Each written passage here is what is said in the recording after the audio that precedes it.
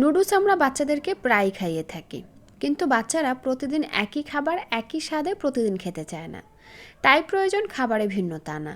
খাবারে ভিন্নতা আনলে বাচ্চারা যেমন মজা করে খায়, তেমনি ভিন্ন ভিন্ন খাবার থেকে বাচ্চারা ভিন্ন ভিন্ন পুষ্টি পেয়ে যায়।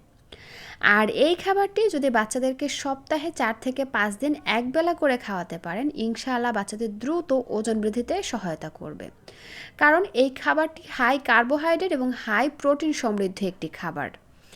এছাড়া বাচ্চাদের বিভিন্ন পুষ্টি চাহিদা পূরণ করবে, একই সাথে বাচ্চাদের পেট অনেকক্ষণ ভরা রাখবে এবং সারাদিন অ্যাক্টিভ রাখবে। তো এখানে আর কথা না বাড়িয়ে চলে যাচ্ছি মূল পর্বে। তো প্রথমে আমি এখানে চপস্টিক নুডলস নিয়েছি। আপনারা আপনাদের বাচ্চারা যে নুডলস খায় সেই নুডলসটা নিয়ে নেবেন এবং নুডলসটাকে ছোট ছোট করে ভেঙে নেবেন, এতে করে বাচ্চারা সহজে খেতে পারবে।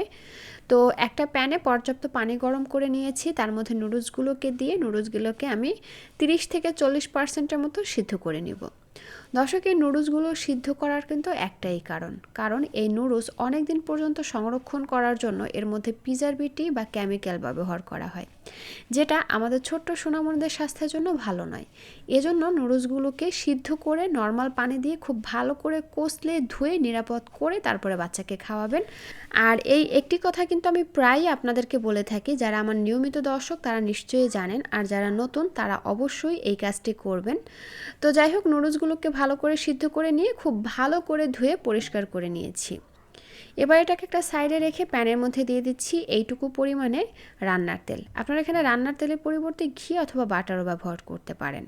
তারপরে এর মধ্যে একটি মিডিয়াম সাইজের টমেটো কুচি দিয়ে দিলাম এবং সামান্য একটু লবণ দিয়ে দিচ্ছি। 1 বছরের নিচের বাচ্চাদের ক্ষেত্রে আপনারা এখানে লবণটা স্কিপ করে যাবেন। এখন এই টমেটোটাকে তেলের মধ্যে খুব ভালো করে ভেজে নিব। ততক্ষণ পর্যন্ত ভেজে নিব যতক্ষণ না এই যেভাবে গলে একদম নরম হয়ে আসে। তো যাই হোক, এই পর্যায়ে আমি নুডলসগুলোকে দিয়ে দেব। তারপরে নেড়ে চেড়ে ভালো করে মিশিয়ে নিয়ে আমি এর মধ্যে দিয়ে দিব ছোট ছোট সাইজের 2টি আলুটাকে আমি খুব ভালো করে সিদ্ধ করে নিয়ে খোসাটা ফেলে দিয়েছি। তারপরে একটা কাঁটা চামচের সাহায্যে আলুগুলোকে খুব ভালো করে ম্যাশ করে নিব। দর্শক, আলুতে হাই কার্বোহাইড্রেট রয়েছে, যেটা কিনা বাচ্চাদের শক্তির যোগান দেয় এবং দ্রুত ওজন বাড়াতে সহায়তা করে। সেই সাথে নুডলসও কিন্তু কার্বোহাইড্রেটের একটি উৎস, যেটা বাচ্চাদের ওজন বাড়াবে দ্রুত। তো যাই হোক, নুডলসের সঙ্গে আলুগুলো দিয়ে খুব ভালো করে মিশিয়ে নিয়েছি। আর এই আলুটা দিলে কিন্তু একটা সুপি ভাব আসবে। এক্সট্রা কোনো কর্নফ্লোর অথবা চালের গুঁড়া কিংবা আটা ব্যবহার করতে হবে না এর ঘনত্বের জন্য। তো যাই হোক, নেড়ে চেড়ে ভালো করে মিশিয়ে নিয়ে আমি এর মধ্যে প্রায় 1.5 কাপের মতন নর্মাল বিশুদ্ধ খাবার পানি দিয়ে দিলাম। তারপরে আবারও ভালো করে নেড়ে চেড়ে মিশিয়ে নিয়ে এবার এটাকে জাল করে খুব ভালো করে ফুটিয়ে নিব। 2 মিনিটের মতন আমি খাবারটি ভালো করে ফুটিয়ে নিয়েছি। এবার এর মধ্যে দিয়ে দিব একটি মুরগির ডিম।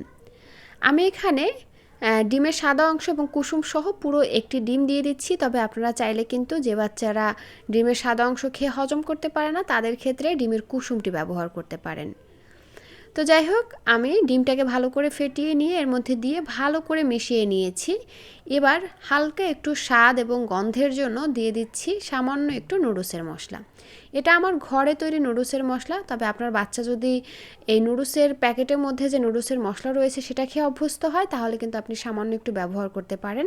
তবে নুডলসের মধ্যে যে নুডলসের মশলাটা থাকে এটা কিন্তু বাচ্চাদের স্বাস্থ্যের জন্য ভালো নয়, কারণ এটা খেলে বাচ্চাদের গ্যাসের সমস্যা হয়, বাচ্চাদের খাবারে অরুচির আসে।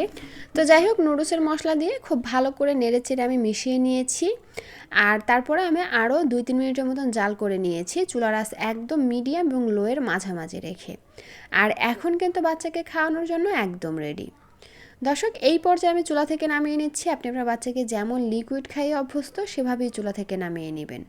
হালকা কুসুম গরম অবস্থায় বাচ্চাকে খাওয়াবেন, বাচ্চা খুব মজা করে খাবে এবং পর্যাপ্ত পুষ্টি পাবে, সারাদিন অ্যাক্টিভ থাকবে। সেই সাথে বাচ্চাদের দ্রুত ওজন বাড়াতেও সহায়তা করবে।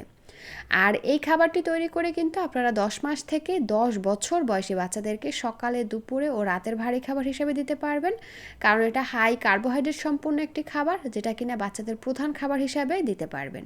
তো দর্শক, এই ছিল আমার আজকের আয়োজন। ভিডিওটি ভালো লাগলে প্লিজ একটি লাইক দিবেন, যাওয়ার আগে সুন্দর একটা কমেন্ট করে যাবেন। আল্লাহ হাফিজ।